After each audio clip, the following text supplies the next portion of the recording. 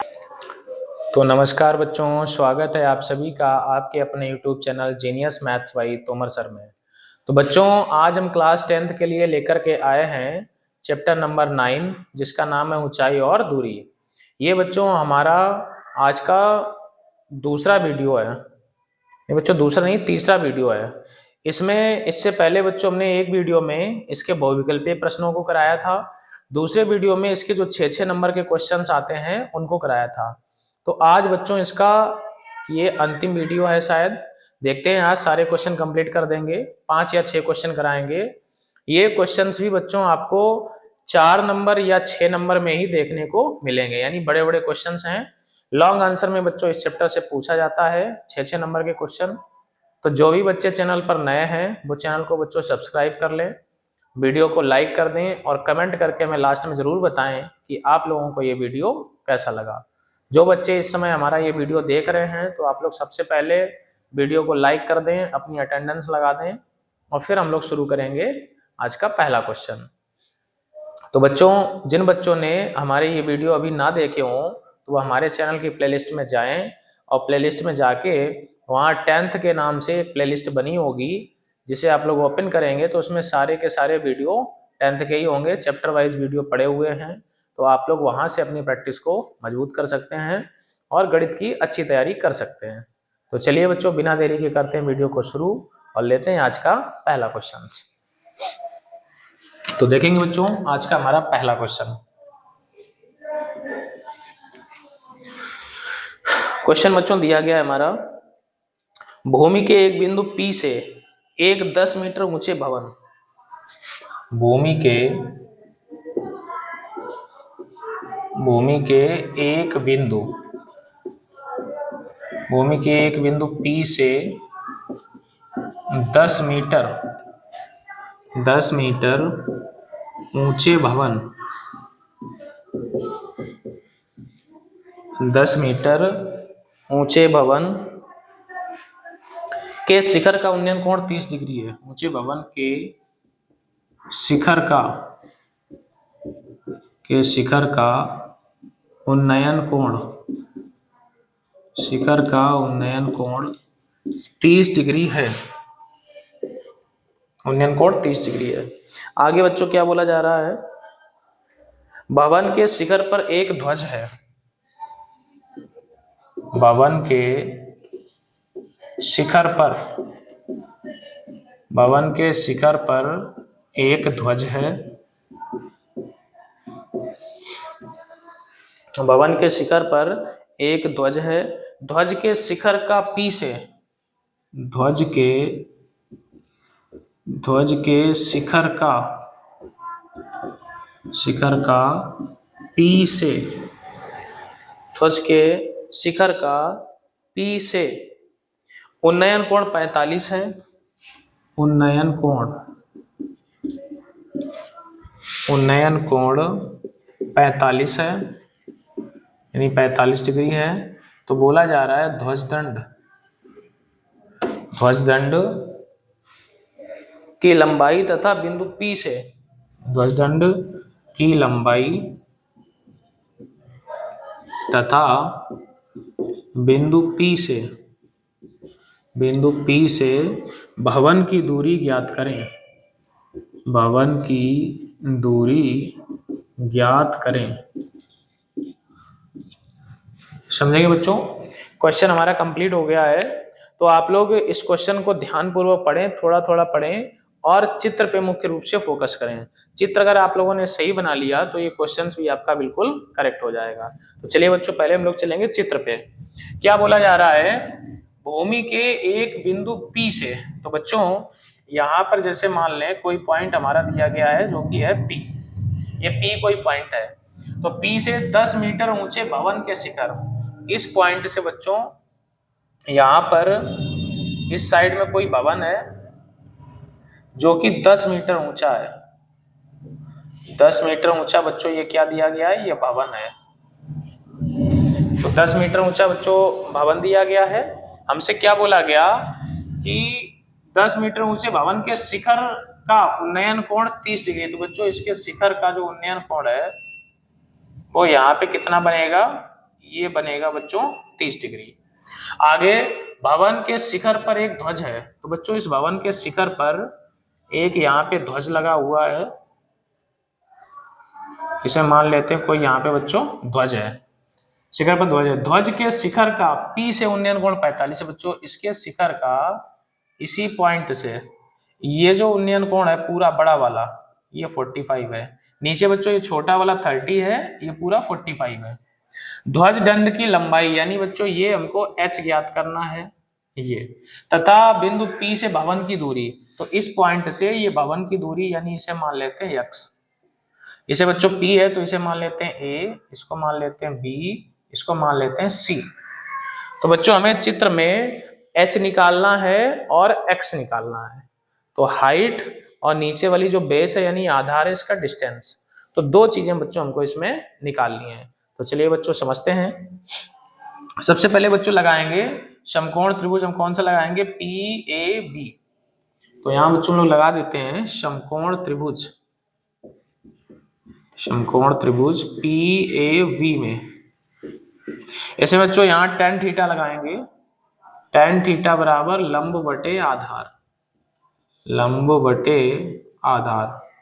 तो इसमें बच्चों थीटा की जगह कितना है tan 30, लंब की जगह बच्चों कितना है 10 और आधार की जगह कितना है x, तो 10 बटे x। tan 30 का मान 1 बटे √3 और इधर बच्चों 10 बटे x, क्रॉस मल्टीप्लाई करा देंगे बच्चों तो x की वैल्यू आ जाएगी 10√3 और इसको समीकरण 1 मान के बच्चों यहाँ से हम लोग छोड़ देंगे। तो ये समीकरण 1 बच्चों निकल गया हमारा। अब हम लोग बड़ा वाला लगा देंगे PAC, यहां लगाएंगे समकोण त्रिभुज PAC में। ऐसे ही बच्चों हम लोग tan थीटा लगाएंगे यानी tan 45। तो बच्चों ये बड़े वाले में देखेंगे लंब हमारा ये पूरा है, पूरा का मतलब बच्चों 10 प्लस h, और आधार बच्चों कितना है, आधार देखेंगे बच्चों ये आधार x है, तो tan 45 का मान बच्चों 1, इधर 10 प्लस h बटे x। ऐसा करेंगे बच्चों x की ये वाली वैल्यू लिख दो, x की वैल्यू कितनी है 10√3, तिरछा गुणा कराएं तो 10√3 बराबर 10 प्लस h, 10 को इधर लाएं बच्चों तो 10√3 माइनस 10 बराबर h, कॉमन मिल जाएगा बच्चों यहाँ से 10, तो बचेगा √3 माइनस 1 बराबर यहाँ कितना h। तो यही बच्चों क्या हो जाएगी ये ध्वज दंड की लंबाई।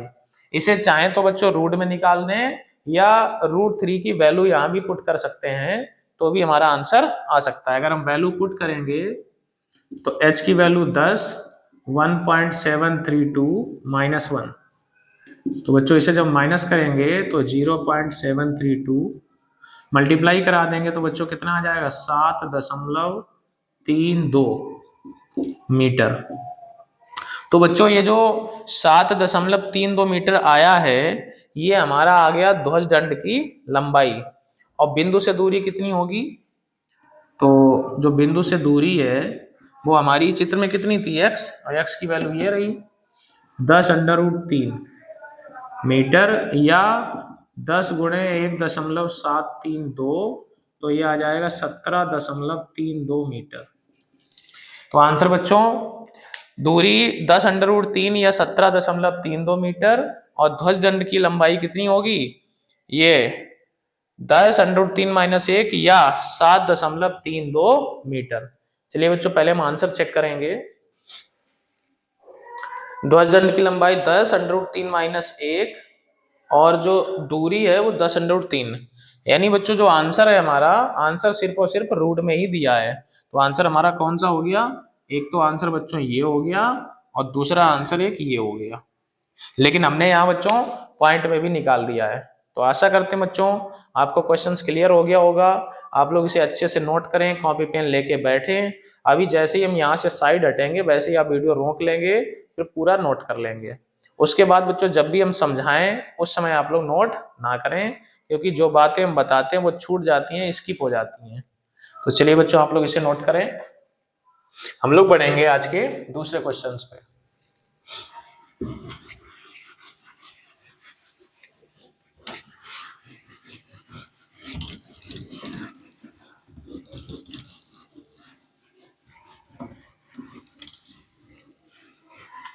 देखते हैं बच्चों आज का क्वेश्चन नंबर 2।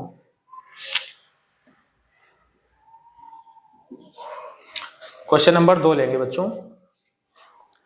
दूसरा क्वेश्चन है, एक प्रकाश स्तंभ के शिखर से देखने पर, एक प्रकाश स्तंभ, एक प्रकाश स्तंभ के शिखर से देखने पर, एक प्रकाश स्तंभ के शिखर से देखने पर समुद्र में दो जहाजों के, समुद्र में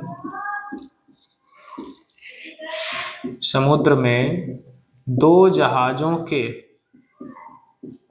समुद्र में दो जहाजों के अवनमन कोण, दो जहाजों के अवनमन कोण क्रमशः 30 तथा 45 हैं। अवनमन कोण क्रमशः 30 डिग्री तथा 45 डिग्री है। 30 डिग्री तथा 45 डिग्री हैं। आगे बच्चों हमको दिया गया है, यदि प्रकाश स्तंभ के एक ही ओर, यदि प्रकाश स्तंभ के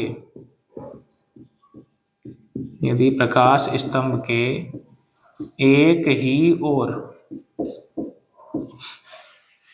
यदि प्रकाश स्तंभ के एक ही ओर एक जहाज दूसरे जहाज के ठीक पीछे, एक ही ओर एक जहाज दूसरे जहाज के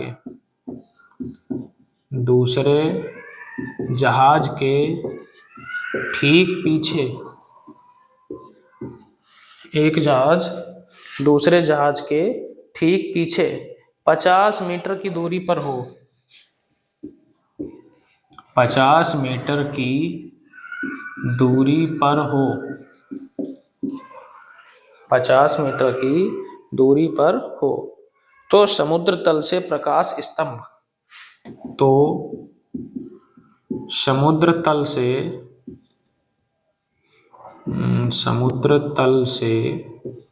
प्रकाश स्तंभ, समुद्र तल से प्रकाश स्तंभ की ऊंचाई ज्ञात करें, की ऊंचाई ज्ञात करें। ये बच्चों क्वेश्चन है। देखते हैं बच्चों, ये भी 2-3 बार बोर्ड परीक्षा में पूछा जा चुका है। चलिए बच्चों समझेंगे, पहले इसका चित्र समझेंगे। एक प्रकाश स्तंभ के शिखर से देखने पर समुद्र में दो जहाज हैं, यानी बच्चों समुद्र है और समुद्र के आगे कहीं कोई खंबे के ऊपर कोई स्रोत लगा है, प्रकाश स्रोत यानी बल्ब लगा हुआ है, तो वहां से देखने पे जो समुद्र में दो जहाज हैं उनके अवनमन कोण 30 और 45 हैं। तो बच्चों पहले हम क्या करेंगे, इधर चित्र बना लेते हैं। इधर ये मान लेते हैं कि ये प्रकाश स्तंभ है ये, और थोड़ा इस साइड रखते हैं, यहां तक आप लोगों को दिख रहा है। ये पहला जहाज है मान लो, और इधर मान लो ये दूसरा जहाज है, और ये हमारा है प्रकाश स्रोत, इसको हम लोग कहेंगे प्रकाश स्तंभ। प्रकाश स्तंभ ये बच्चों जहाज है हमारे दोनों, तो इनके जो अवनमन कोण है वो प्रकाश स्रोत से कितना कितना बन रहा है बच्चों, 30 और 45 है। तो अवनमन कोण है बच्चों, तो पहले अवनमन कोण ऊपर बनेंगे, ये वाला 30 होगा तो ये उन्नयन कोण 30 हो जाएगा, ये वाला बच्चों 45 है ये, तो ये वाला हमारा हो जाएगा 45। तो इनके अवनमन कोण बच्चों में कितने कितने दिए गए हैं, 30 और 45 दिए गए हैं। आगे बच्चों हमसे क्या बोला जा रहा है, 30-45 दिए गए हैं। यदि प्रकाश स्तंभ के एक ही ओर एक जहाज दूसरे जहाज के ठीक पीछे, यानी ये जो दोनों जहाज हैं बच्चों, ये प्रकाश स्तंभ के या तो इस साइड है या दोनों उस साइड है, तो हमने इसको दोनों को बाएं पक्ष में मान लिया है। एक जहाज दूसरे जहाज के ठीक पीछे 50 मीटर दूरी पर है, मतलब बच्चों ये जो जहाजों के बीच की दूरी है ये यहाँ पे है 50 मीटर, जहाजों के बीच की दूरी है 50 मीटर। तो समुद्र तल से प्रकाश स्तंभ कितनी ऊंचाई पे है, तो ये जो हाइट है बच्चों ये हमसे पूछी गई है एच। इसे मानेंगे ए, बी, सी और डी। इसे बच्चों मान लेते हैं ई। तो चलिए समझते हैं बच्चों। हमसे पूछा यह गया है तो समुद्र तल से प्रकाश स्तंभ की ऊंचाई है, हाइट पूछी गई है। ये वाले को बच्चों हम लोग मान लेते हैं एक्स। तो बच्चों चित्र हमारा बिल्कुल कंप्लीट हो चुका है। आप लोग देखेंगे हमें यहाँ पे एच निकालना है, यानी कि हाइट निकालनी है। कैसे करेंगे बच्चों, चलिए समझते हैं। पहले हम लोग लेते हैं ये छोटा वाला त्रिभुज उठा लेते हैं। ये 90 डिग्री होगा, तो समकोण त्रिभुज DBC में इधर से ही लगा लेते हैं।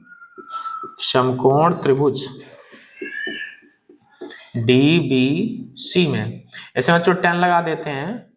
tan थीटा बराबर लंब बटे आधार, लंब बटे आधार।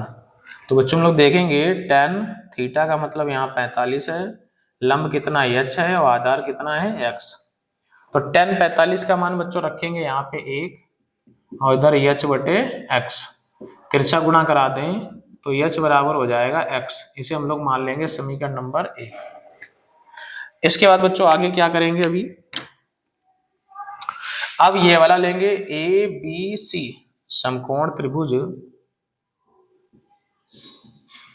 समकोण त्रिभुज ABC में। तो इसमें बच्चों क्या करेंगे, इसमें भी tan लगाएंगे।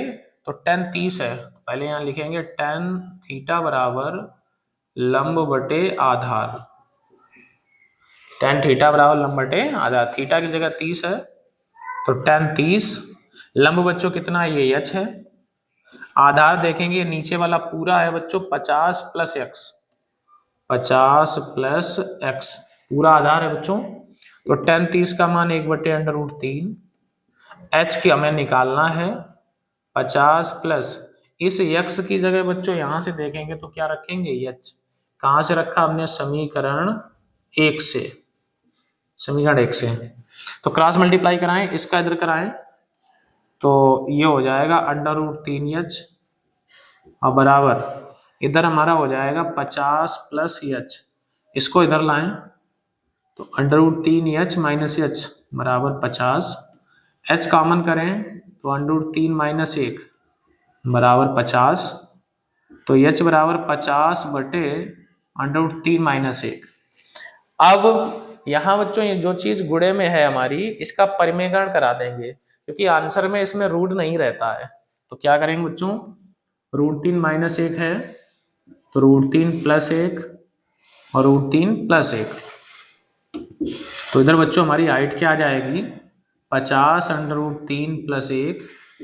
इधर बच्चों सूत्र बनेगा a minus B a plus B, यानी कि a² माइनस b²। और अगर इसे बच्चों थोड़ा सा सॉल्व करें तो h बराबर 50 √3 प्लस 1। नीचे बच्चों ये 3 माइनस 1 बचेगा, 3 माइनस 1, 3 में से 1 घटाएंगे बच्चों कितना हो जाएगा 2। तो 50 √3 प्लस 1 नीचे होगा 2, 2 से कट कर दें तो 25 √3 प्लस 1। तो प्रकाश स्रोत की हाइट बच्चों कितनी होगी, 25 √3 प्लस 1। या अगर हम लोग पॉइंट में निकालना चाहें तो √3 की वैल्यू 1.732 पुट कर देंगे, आंसर निकल के आ जाएगा। तो पहले हम लोग बच्चों आंसर चेक करते हैं इसका। आंसर प्रकाश स्रोत की हाइट, ऐसे बच्चों आंसर इसका दिया नहीं गया है, तो चलिए फिलहाल आंसर इसका इसमें नहीं दिया है, बाय मिस्टेक उतनी प्रिंटिंग कट हो गई है। तो फिलहाल आप लोग देख लें, आंसर यही होना चाहिए, आप लोग इसे नोट करें। और हम लोग बढ़ेंगे आज के अगले क्वेश्चन पे, क्वेश्चन नंबर 3 पे।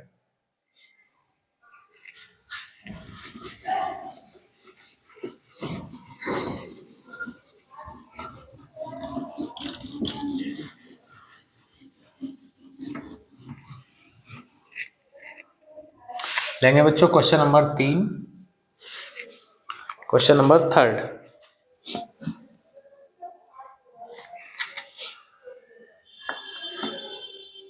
थर्ड नंबर है बच्चों,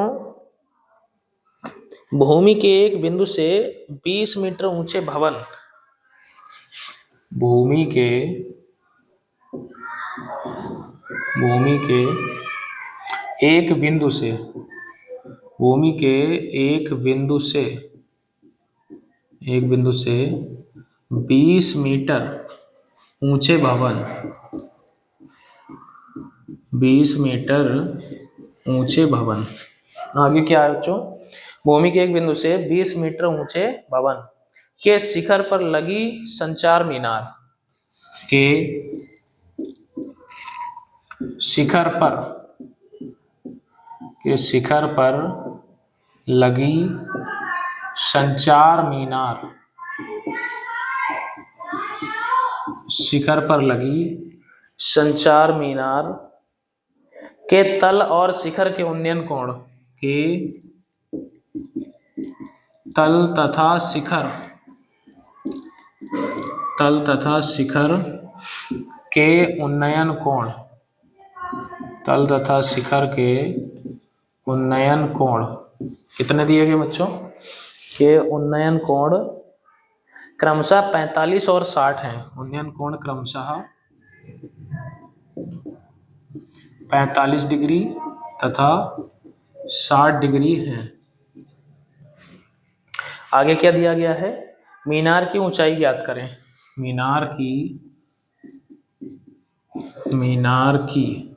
ऊंचाई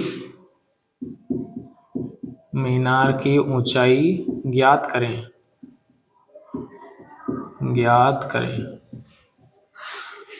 तो बच्चों हमें √3 की वैल्यू भी यहाँ पे दे दी गई है, √3 की वैल्यू 1.732। इसका मतलब यह है बच्चों कि हमको रूट की वैल्यू रखनी है।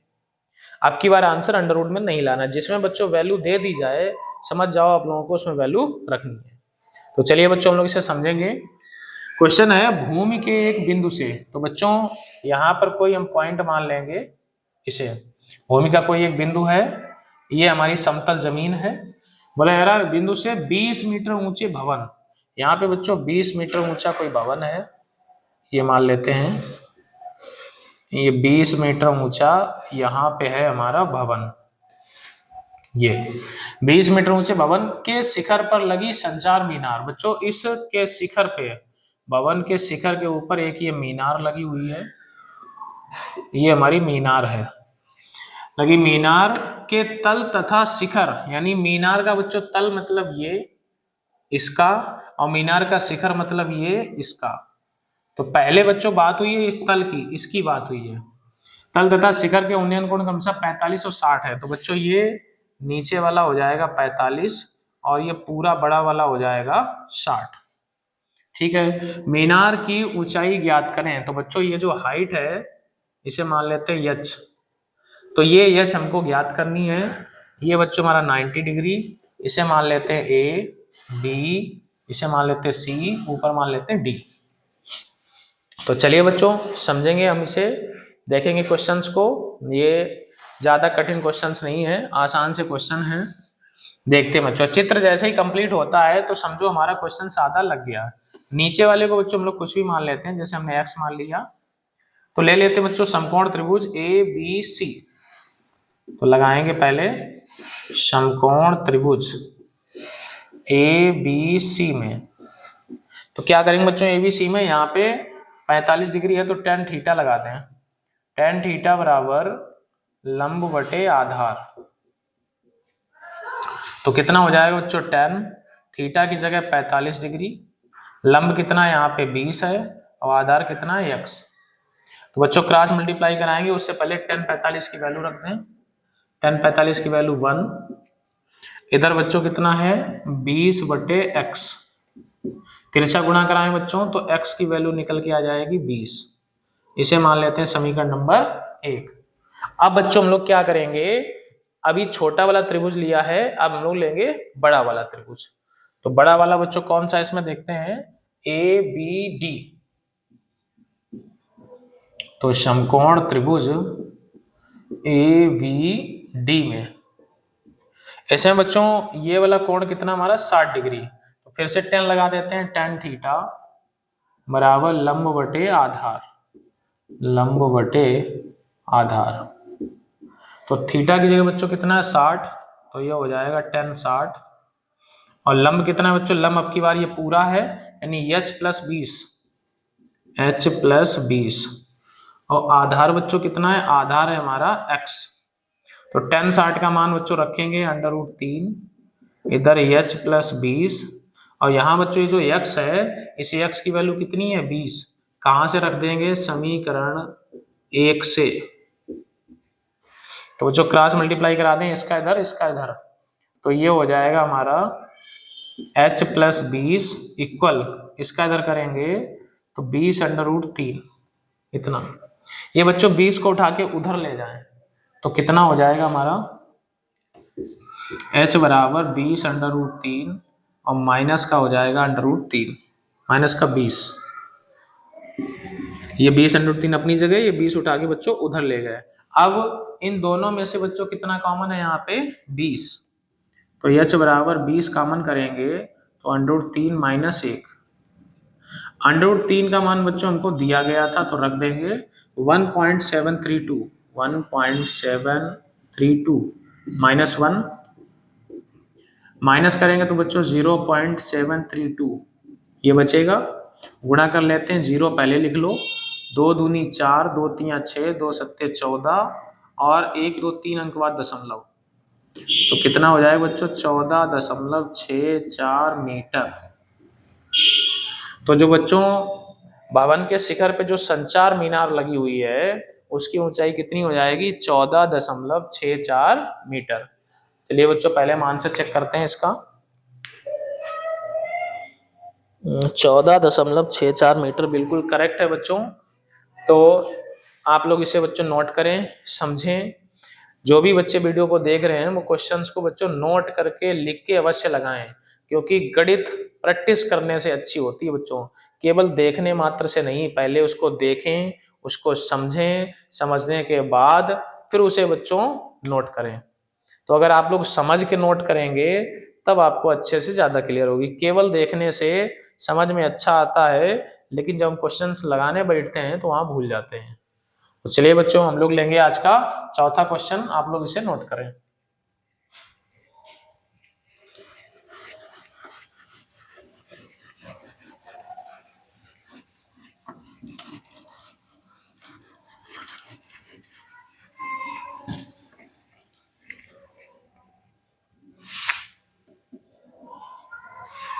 क्वेश्चन नंबर 4,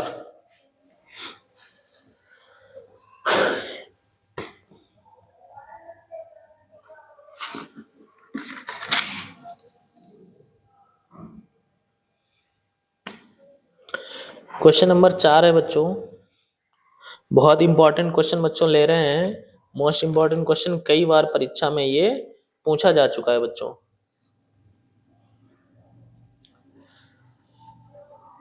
क्वेश्चन बच्चों दिया गया है, किसी मीनार के आधार से ए और बी दूरी पर, किसी मीनार के आधार से, किसी मीनार के आधार से ए तथा बी दूरी पर, ए तथा बी दूरी पर, किसी मीनार के आधार से ए तथा बी दूरी पर एक ही रेखा में स्थित, एक ही रेखा में, एक ही रेखा में स्थित, आगे लिखा है बच्चों, एक ही रेखा में स्थित दो बिंदुओं P और Q से, दो बिंदुओं P तथा Q से, दो बिंदुओं P तथा Q से मीनार के शिखर के उन्नयन कोण, मीनार के शिखर के, मीनार के शिखर के उन्नयन कोण, मीनार के शिखर के उन्नयन कोण आगे है, एक दूसरे के कोटि पूरक पाए जाते हैं, एक दूसरे के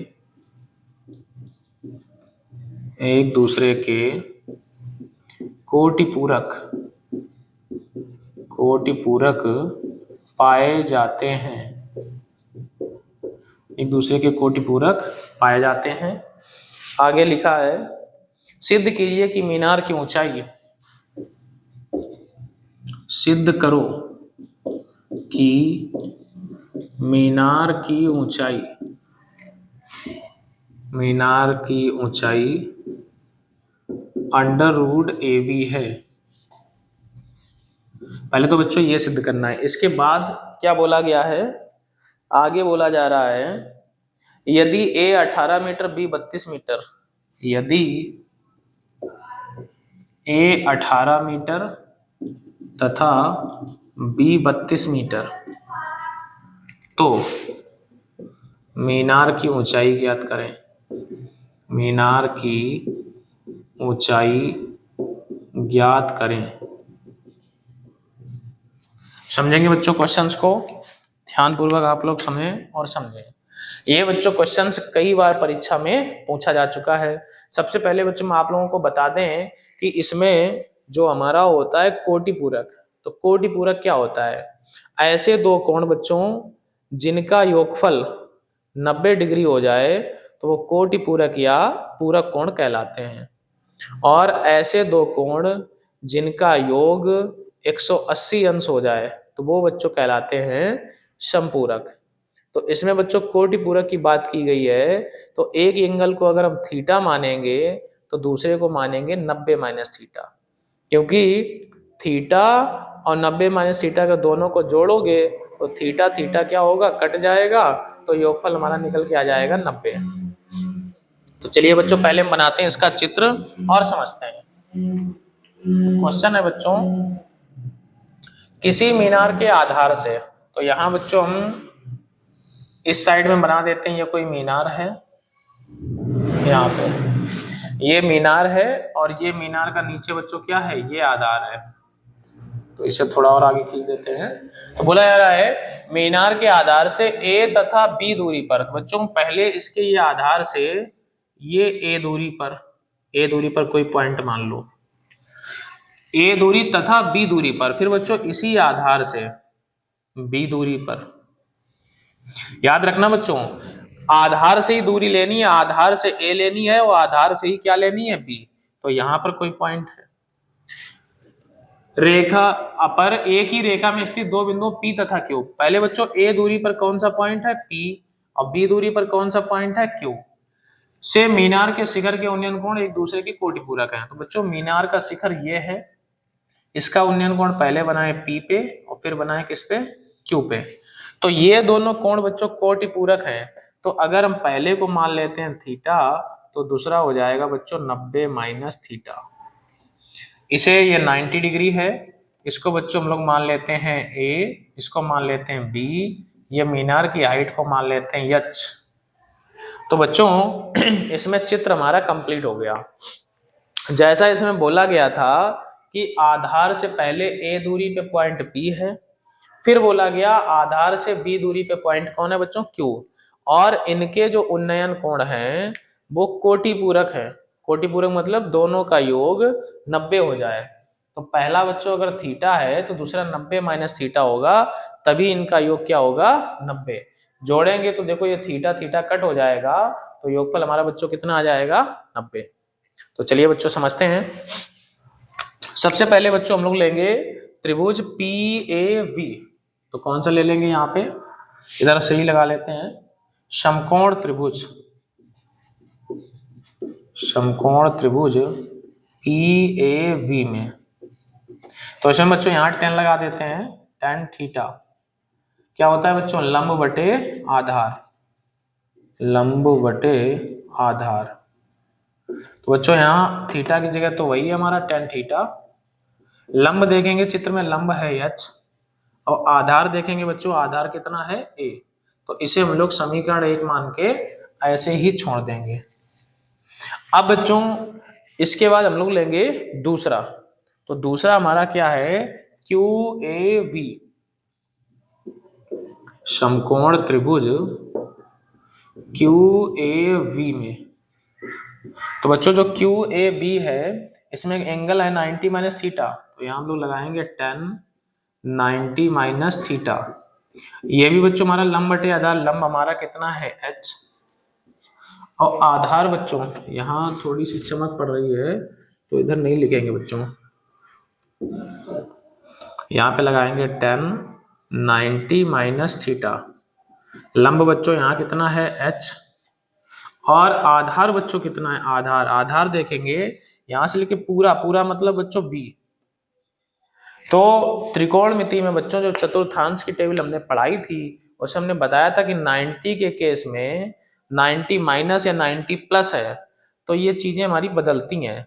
साइन बदलता है कॉस में, कॉस बदलता है साइन में, टेन बदलता है कॉट में, कॉट बदलता है टेन में, सेक बदलता है कॉसेक में और कॉसेक बदलता है सेक में। तो बच्चों हमारा यहाँ पे 10 है तो 90 है, 10 की जगह हो जाएगा हमारा कॉट, और आगे वाला कोण हटा दिया जाता है, पीछे वाला एंगल लिख दिया जाता है, और इधर बराबर में है h बटे b।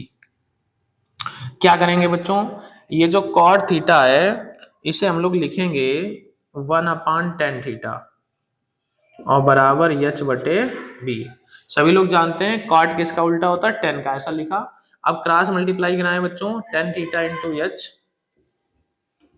tan theta into h बराबर b।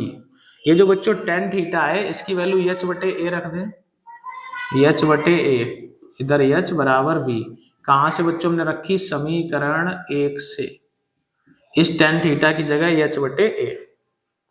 तो इधर बच्चों ये हो जाएगा एच स्क्वायर बटे ए बराबर बी। क्रॉस मल्टीप्लाई करा दें बच्चों तो एच स्क्वायर बराबर ए बी, स्क्वायर हटाएं रूट लगाएं तो अंडर रूट ए बी। तो बच्चों ये हमारा सिद्ध हो गया। क्या सिद्ध हो गया कि मीनार की ऊंचाई अंडर रूट ए बी है। तो एच का मतलब बच्चों ये किसकी हाइट थी, मीनार की। तो मीनार की ऊंचाई बच्चों कितनी हो गई, अंडर रूट ए बी। एक चीज। दूसरा इसमें क्या पूछा गया था बच्चों, दूसरा बोला था कि अगर a 18 है, a बराबर अगर 18 है, b बराबर अगर 32 है, a 18 b 32, तो इसकी हाइट बताएं। तो h बराबर बच्चों अंडर रूट के अंदर 18 गुणे 32 लिख दें, गुणा करा लें बच्चों तो 18 दूनी 36, 18 तिया 54 और 3 57, 576 बच्चों हम लोग जानते हैं 24 का वर्गमूल होता है। तो जो बच्चों मीनार की हाइट है वो अंडर रूट ए बी सिद्ध करनी थी, वो भी आ गई, और इसकी ऊंचाई बच्चों कितनी है, वो 24 मीटर। तो राइट आंसर कितना होगा, 24। हम लोग बच्चों एक बार आंसर पहले चेक करेंगे इसका। आंसर इसका 24 मीटर बिल्कुल सही है। तो बच्चों आशा करते हैं आपको ये क्वेश्चंस अच्छे से क्लियर हो गया होगा, आप लोग इसे नोट करें। हम लोग बढ़ेंगे आज के क्वेश्चन नंबर 5 की तरफ।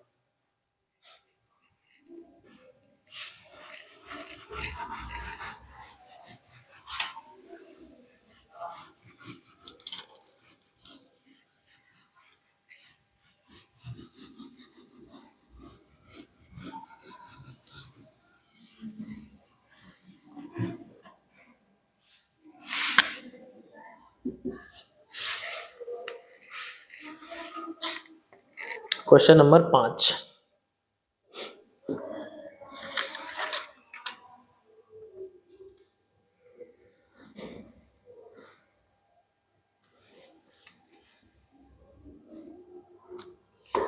अगला क्वेश्चन है बच्चों, एक वायुयान एक सीधी सड़क के अनुदिश,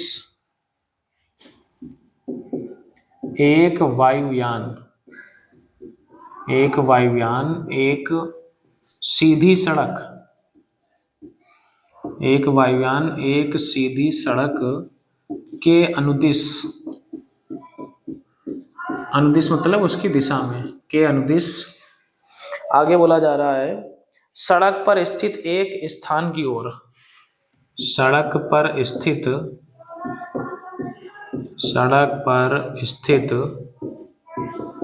एक स्थान की ओर,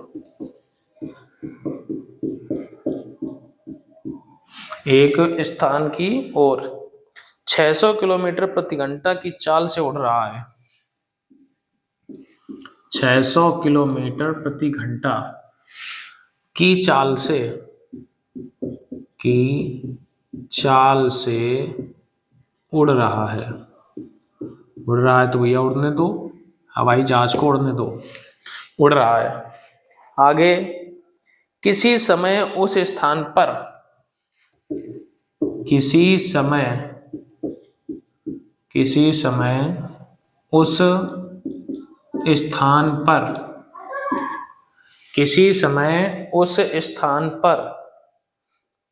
वायुयान का उन्नयन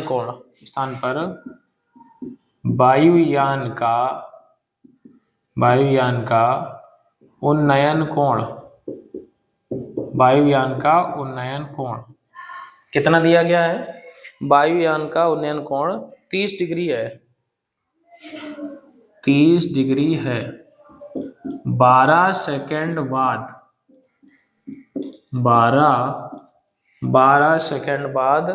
क्या बोला जा रहा है? उस स्थान पर वायुयान का उन्नयन कोण 60 डिग्री हो जाता है। 12 स्थान बाद उस स्थान पर वायुयान का उन्नयन कोण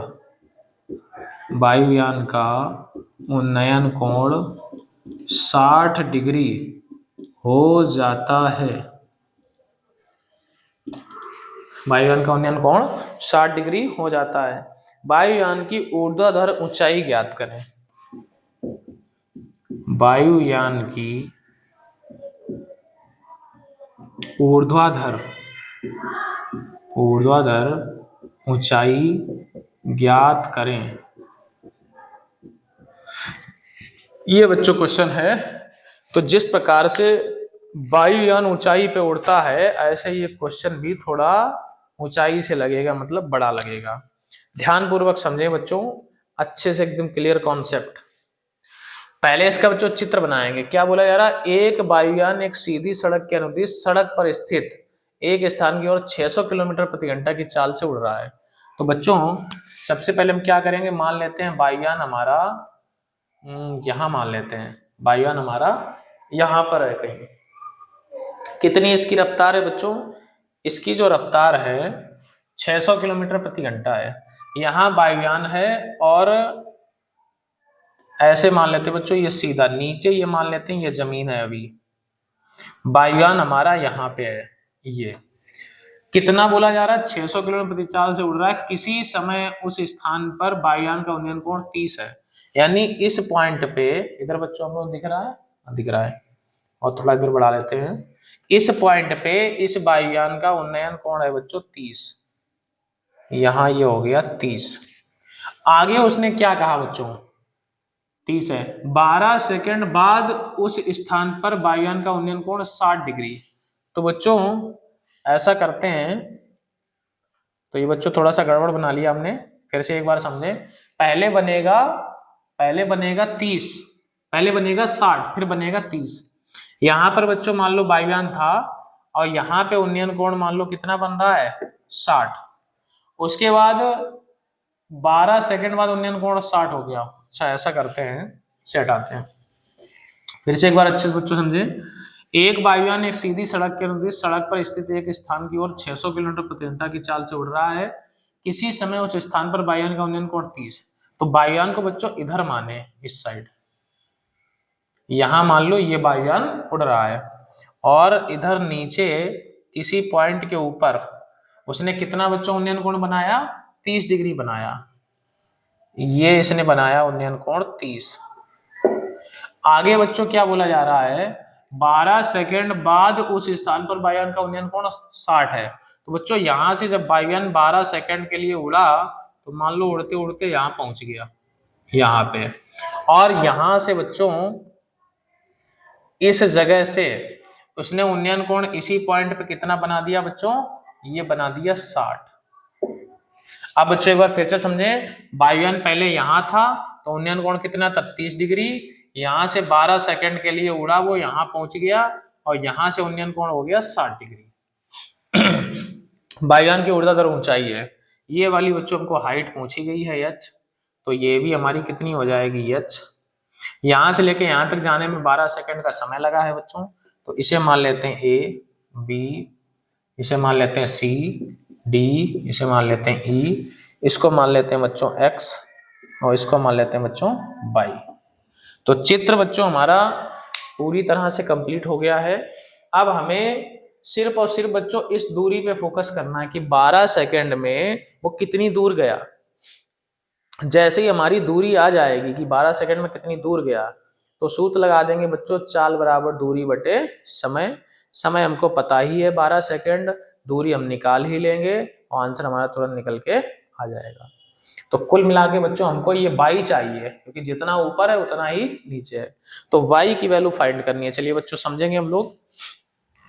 पहले हम लोग लगाते हैं बच्चों ये छोटा वाला त्रिभुज ए बी ई। तो समकोण त्रिभुज ए बी ई में तो क्या करेंगे बच्चों, ये tan थीटा लगा देते हैं, tan 30। छोटे वाले बच्चों ये है हमारा 60 एंगल, तो tan 60, लंब कितना, लंब h, आधार कितना x। tan 60 का मान रख दें बच्चों √3 और ये h बटे x। तिरछा गुणा कराएंगे बच्चों, h बराबर निकल के आ जाएगा √3x। इसे मान लेते हैं समीकरण नंबर 1। इसमें बच्चों अब आ जाते हैं दूसरे वाले में ए सी डी में। समकोण त्रिभुज ए सी डी में तो इसमें क्या करेंगे बच्चों, इसमें भी tan लगा देंगे, tan 30, लंब बटे आधार, लंब h, आधार x प्लस वाई, इतना है बच्चों। tan 30 का मान 1 बटे √3,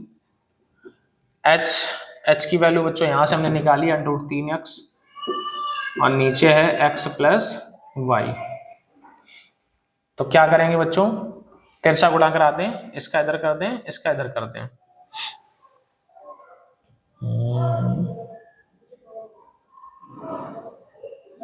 हमसे बच्चों क्या पूछा जा रहा है, चाल तो उसकी दी गई है 600, तो अच्छा इसकी ऊर्ध्वाधर ऊंचाई पूछी जा रही है, हाइट, यानी यश निकालना है।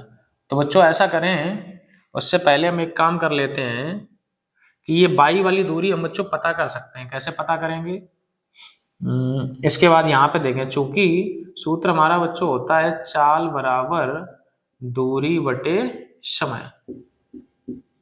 तो बच्चों हमसे इसकी चाल नहीं पूछी जा रही है, अभी हमने क्वेश्चन आप लोगों को बता दिया था कि चाल पूछी है, चाल नहीं, हमसे इसका क्या बच्चों पूछा जा रहा है, इसकी हाइट पूछी जा रही है। तो यानी यच हमें निकालना है बच्चों। देखो यच हमारा तभी निकलेगा जब हमको यक्स पता होगा, यानी कुल मिला के हमें यक्स निकालना है, और यक्स तभी निकलेगा जब बाई पता होगा। तो बच्चों बाई मतलब ये दूरी, दूरी कैसे निकलेगी, चाल बराबर दूरी बटे समय लगा दें सूत्र, क्योंकि चाल भी पता है समय भी पता है, तो दूरी निकल आएगी। तो यहाँ बच्चों क्या सूत्र लगाएं, चाल बराबर दूरी बटे समय। तो चाल बच्चों इसकी कितनी है, 600 किलोमीटर प्रति घंटा। तो 600 लिख लेते हैं। दूरी बच्चों कितनी है, ये दूरी हमारी यहाँ पर मान लेते हैं 22, और समय बच्चों कितना है 12 सेकेंड। तो देखेंगे बच्चों ये हमारा घंटे में है, ये सेकंड में है, तो इसको बच्चों मीटर बटे सेकंड में बना लें। तो किलोमीटर से मीटर बनाने के लिए बच्चों क्या करेंगे, 1000 का इसमें गुणा कर दें। तो 600 में पहले करें 1000 का गुणा,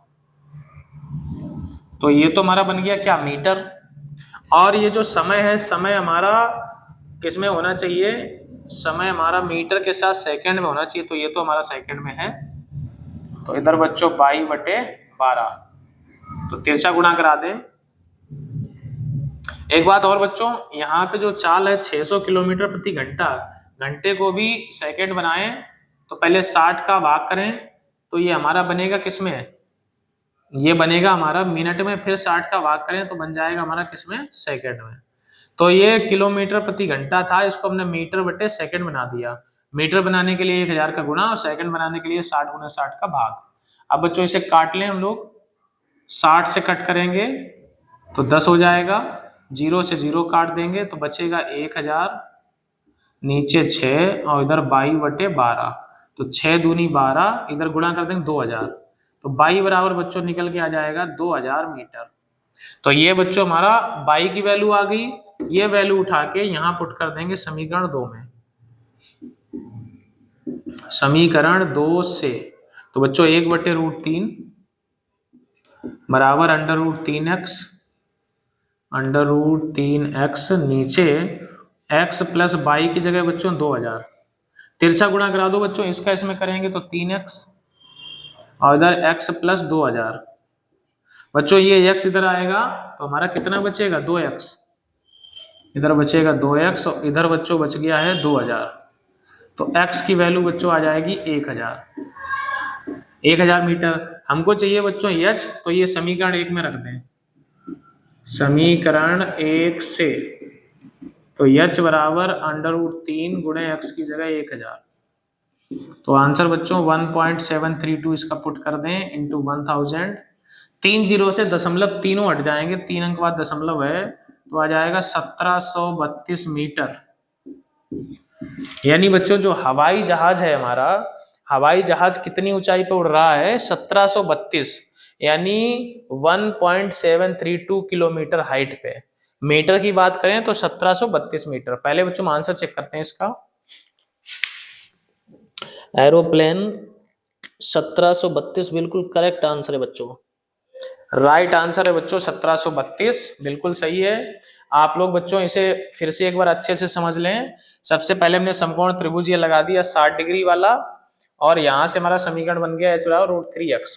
फिर ये 30 वाला लगाया बच्चों, तो ये जो समीकरण बना, क्योंकि हमें x y दोनों नहीं पता है, तो y कैसे निकलेगा, ये जो दूरी थी ना 12 सेकंड में दूरी तय की गई, तो चाल बराबर दूरी बटे समय लगाएंगे। चाल है 600, दूरी है 22, समय है 12 सेकंड। तो बच्चों ये किलोमीटर प्रति घंटा को किलोमीटर से मीटर बनाने के लिए 1000 का भाग, और घंटे से सेकंड बनाने के लिए 60 गुणे 60, क्योंकि ये जो है हमारा 12 सेकंड था तो इसको भी हमने सेकंड बना दिया। फिर इसको हमने हल किया तो बाई निकल आया। इस बाई की वैल्यू बच्चों ये समीकरण 2 में रख दी तो हमारा x निकल आया। x की वैल्यू उठा के यहाँ रख दिया तो हमारा h निकल आया। तो इस प्रकार से बच्चों हमने इस क्वेश्चन को सॉल्व कर लिया। लेते हैं बच्चों आज का अंतिम क्वेश्चन, टुडेज लास्ट क्वेश्चन। आप लोग इसे नोट कर लें बच्चों, आज का अंतिम क्वेश्चन।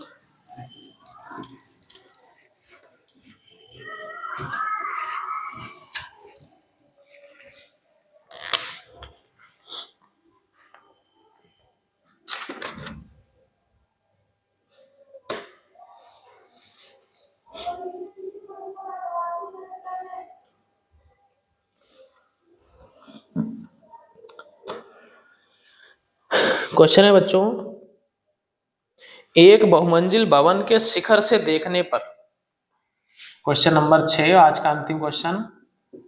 एक बहुमंजिल भवन के शिखर से देखने पर, भवन के शिखर से देखने पर क्या बोला जा रहा है बच्चों आगे। एक बहुमंजिल भवन के शिखर से देखने पर किसी 4 मीटर ऊंचे भवन के शिखर, किसी 4 मीटर ऊंचे भवन के शिखर,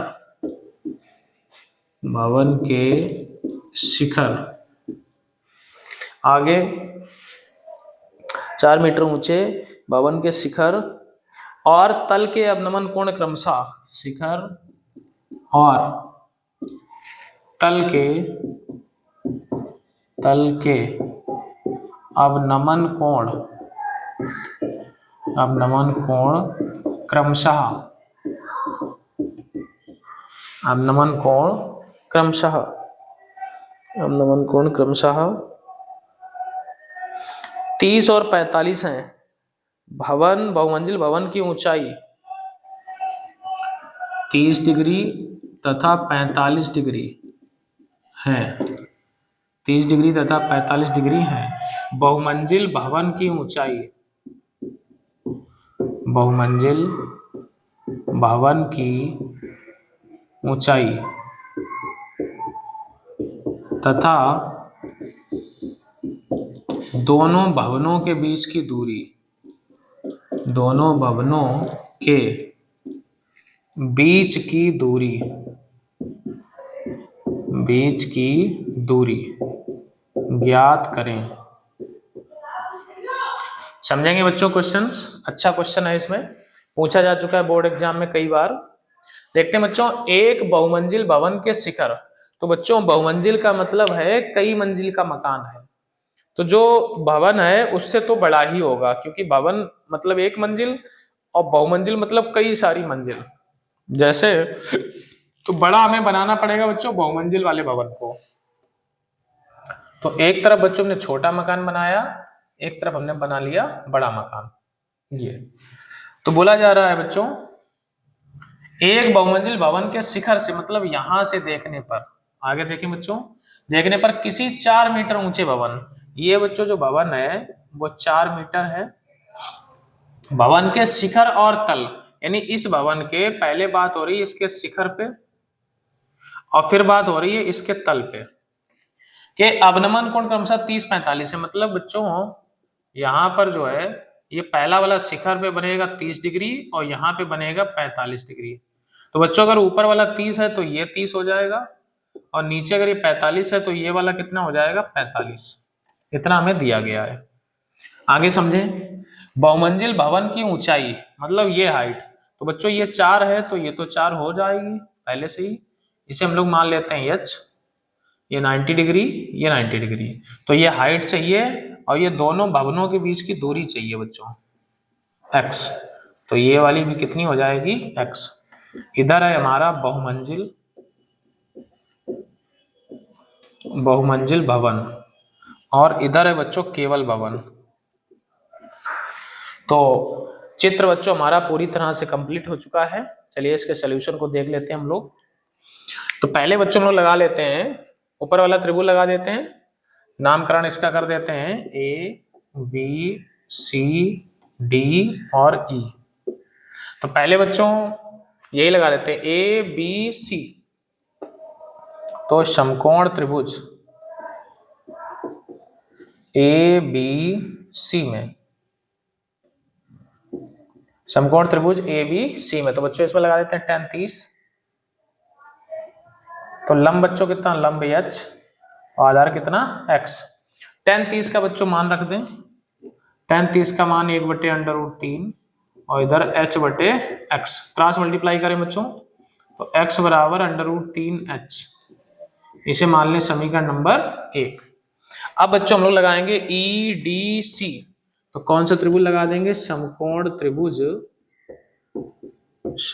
त्रिभुज ई डी सी में। ऐसे बच्चों देखेंगे एंगल कितना है, तो एंगल ये 45 डिग्री है, तो हम लगा देते हैं यहाँ पे बच्चों tan 45। तो tan थीटा का सूत्र क्या होता है बच्चों, लंब बटे आधार। लंब देखेंगे ये पूरा का पूरा लंब है, तो लंब बच्चों कितना है यहाँ पे h+4 और आधार बच्चों कितना, आधार है x।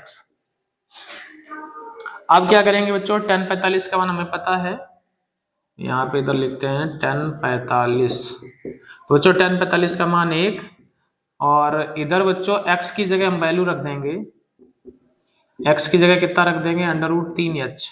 कहाँ से रखा बच्चों हमने, समीकरण 1 से। तो क्रॉस मल्टीप्लाई करा दें बच्चों, ये इसका इधर और ये इधर, h उठा के इधर ले आए, √3h - h = 4। यहां से बच्चों h कॉमन कर लें,